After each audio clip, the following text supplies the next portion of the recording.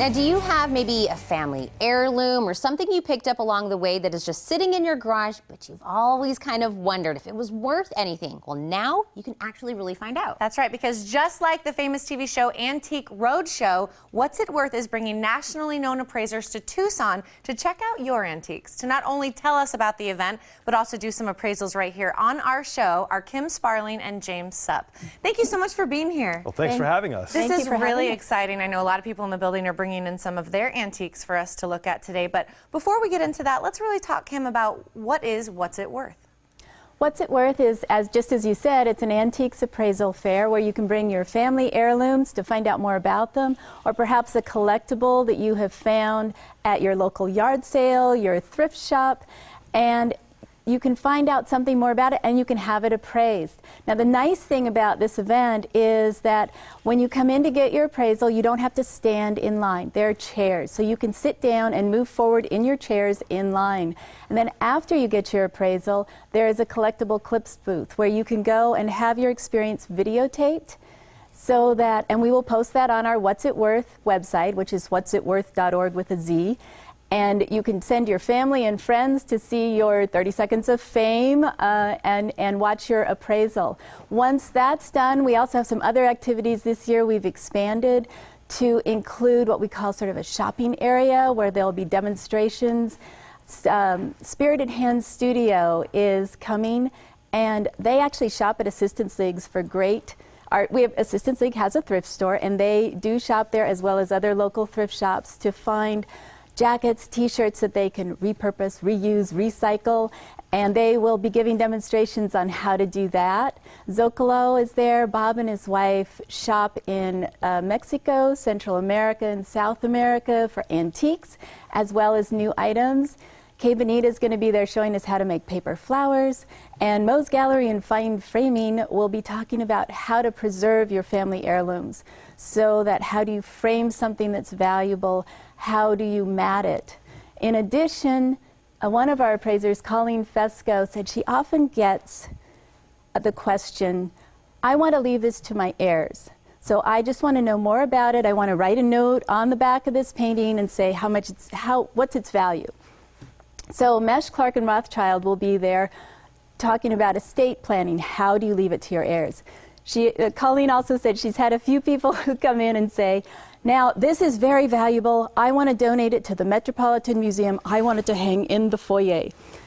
And she suggests they do consult with a lawyer because you do want to arrange that before you leave this earth, because the Metropolitan might not want that hanging in their foyer. And our last table will be Sotheby's International Real Estate, who will be there talking about what's your home worth now. So once you finish experiencing everything at the event, it is being held at Casino del Sol Resort, so you can step outside and visit the golf course, the spa, walk around the pool, and enjoy lunch or dinner there. So I think it's going to be a lot of fun this year. And what I love about it, it answers that age-old question, did Grandma lie? And maybe Grandma's like, wait a minute, wait a minute. This event may be keeping all my secrets. And I know we're going to have a bunch of appraisers there. And James, these appraisers, we all know them. They're nationally, known. They're people that we've seen on TV. Do we know exactly who's going to be here in Tucson with us? Yes, we do. Of course, okay. I'm going to be there. You're going to be there. Makes it terribly easy. Then we're going to have Colleen Fesco doing paintings and paintings and fine art, drawings, prints, that sort of thing. We're going to have Linda Dyer doing tribal arts and Native American. She's just a doll, absolutely wonderful. And then we have Stuart Whitehurst, who's one of my favorite people. He is like me as a generalist and is basically doing everything else. We're going to be doing sports, militaria, collectibles, toys, anything under the sun. Very cool. Big names in the world of appraisals. Yes. I love it. So Kim, tell us, at the end of the day, who really benefits from this fundraiser? Assistance League of Tucson does, and it's our programs that benefit. We have 4 programs: Operation School Bell, Starting Oversupplies, Assault Survivor Kits, and Share a Bear.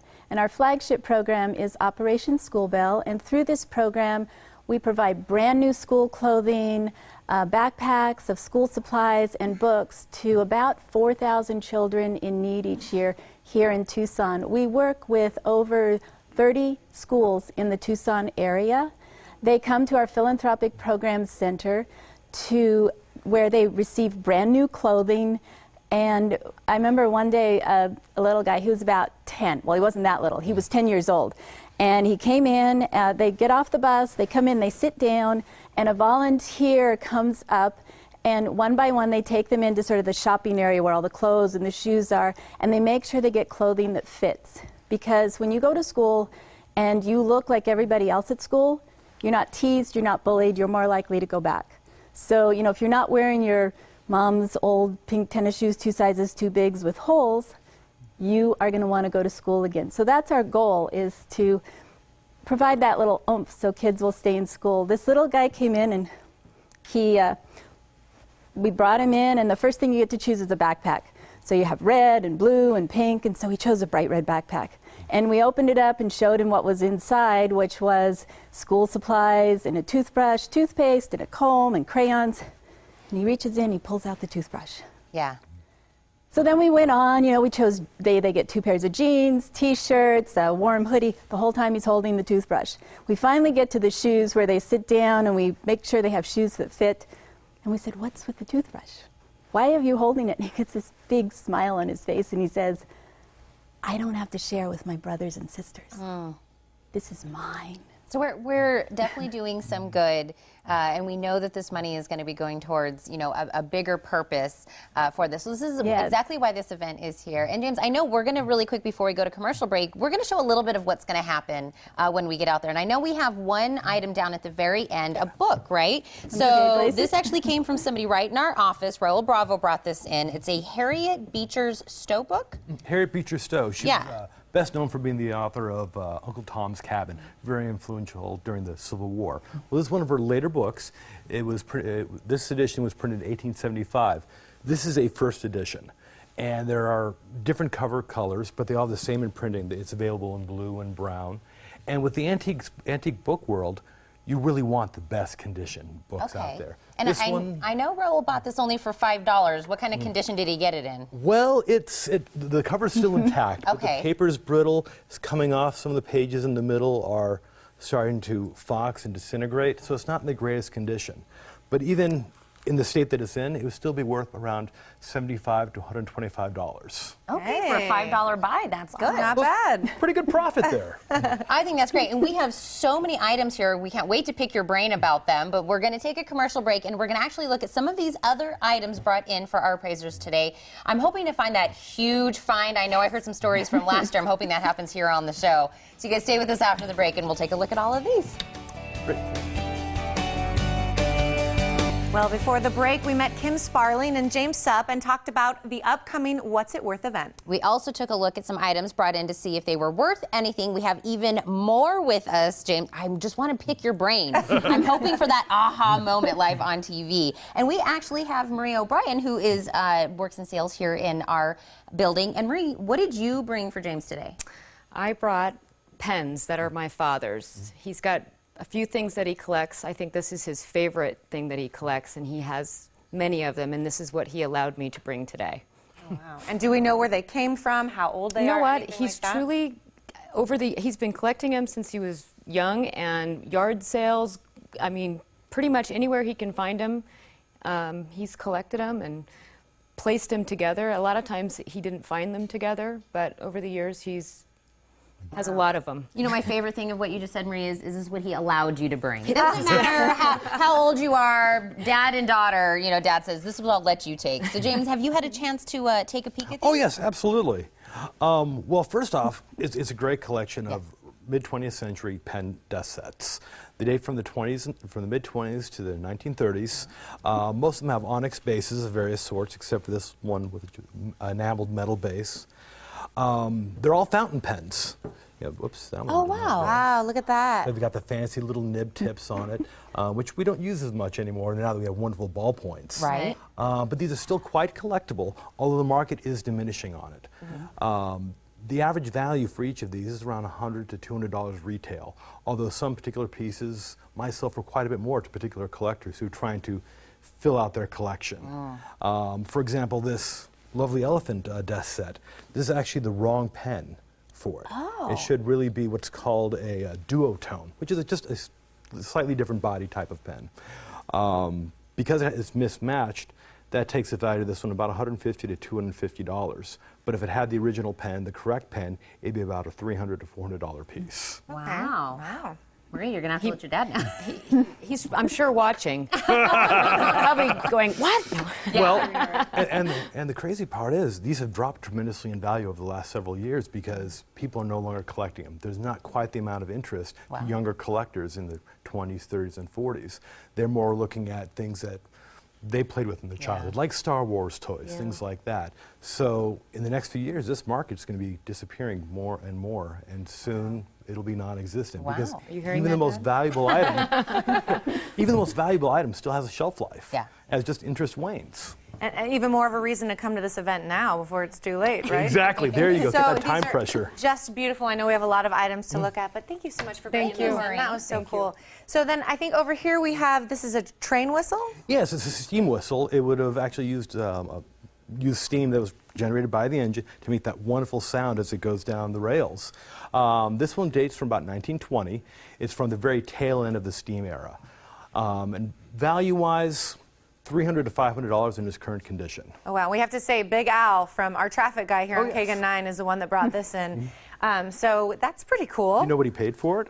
I don't, do you know? Let me see. Does it Big say? Al. Oh, 150. said 150, So he and he did bought quite it in well. 1976. Ooh, so he paid a lot for it back then. Yes, that's what I was gonna say. Now Yeah. $150. Now with inflation, Yeah. he probably broke even.